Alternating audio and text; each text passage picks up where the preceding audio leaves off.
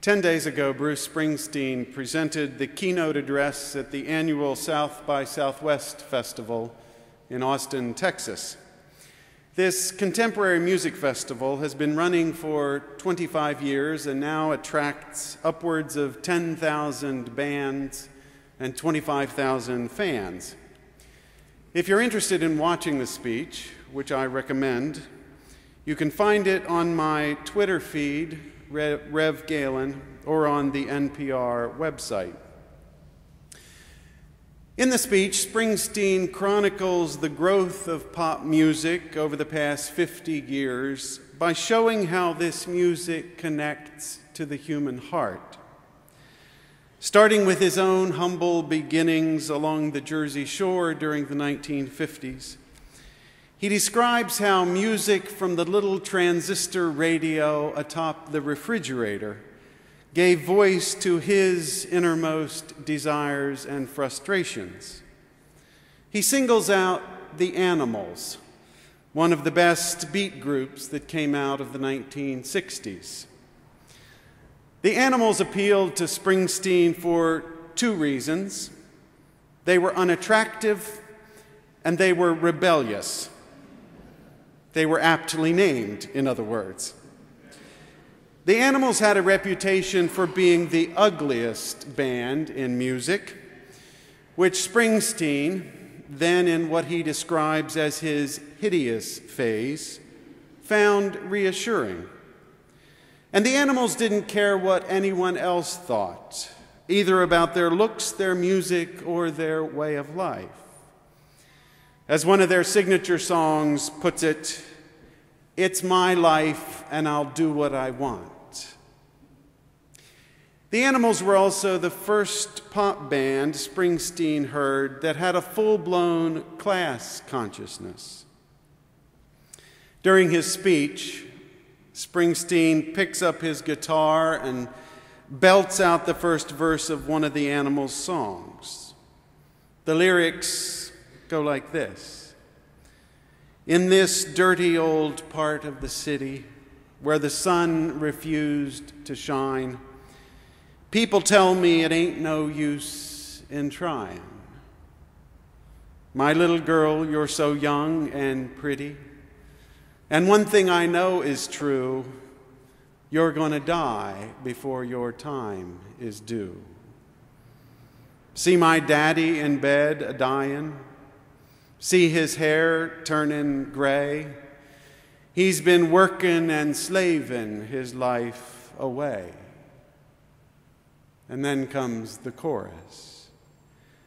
"We gotta get out of this place if it's the last thing we ever do. We gotta get out of this place, girl, there's a better life for me and you." Springsteen puts down his guitar and he turns to the audience and he says, "That's every song I've ever written. That's all of them, everything I've ever done over the past 40 years. The music of the Animals helped Springsteen recognize the cry of his own heart. Their song became his refrain too.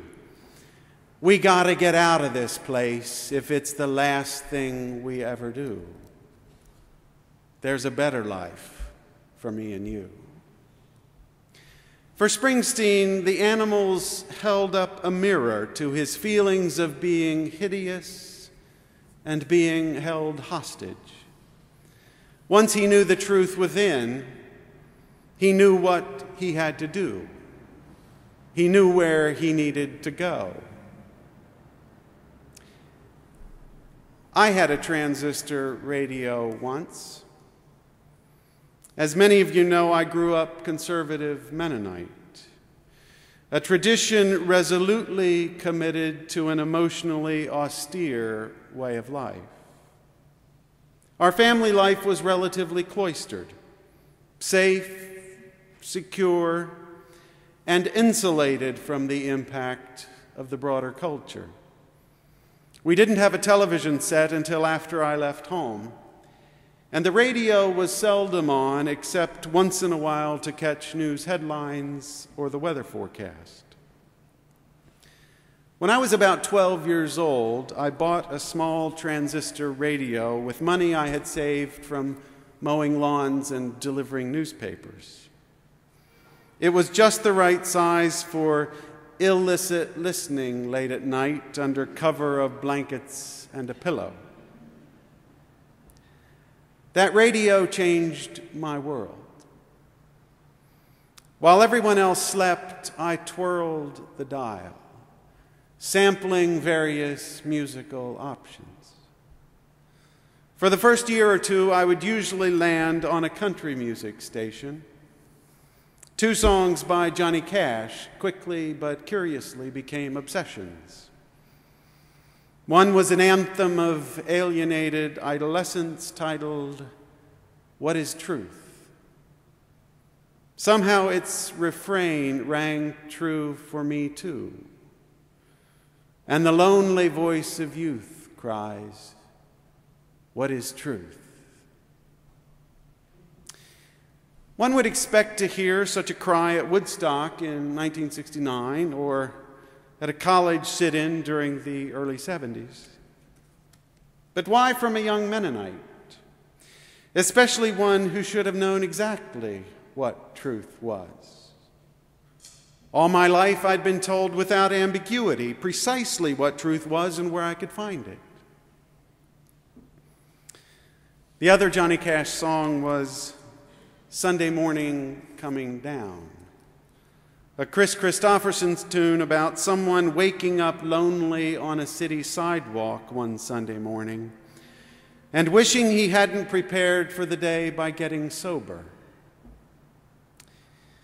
I can understand how this melancholy song would resonate with the experience of the homeless man who sometimes sleeps on a sidewalk grate here on 80th Street.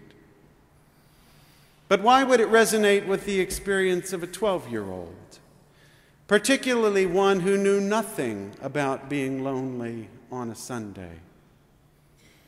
That was the day we went to church, usually twice, and spent time with family and friends.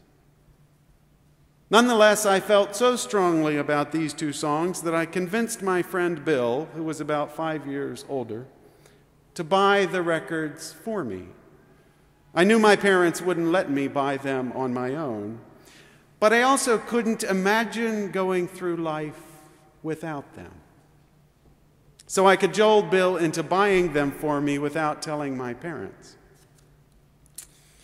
Unfortunately, after the records were safely in my possession, Bill had a crisis of conscience and decided to tell my parents.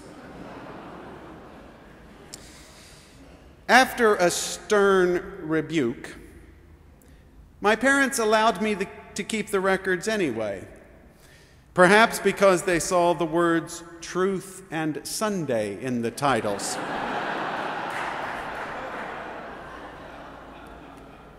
What could be so bad? It would take many years before I could admit the truth that I too felt lonely, perhaps especially on Sunday.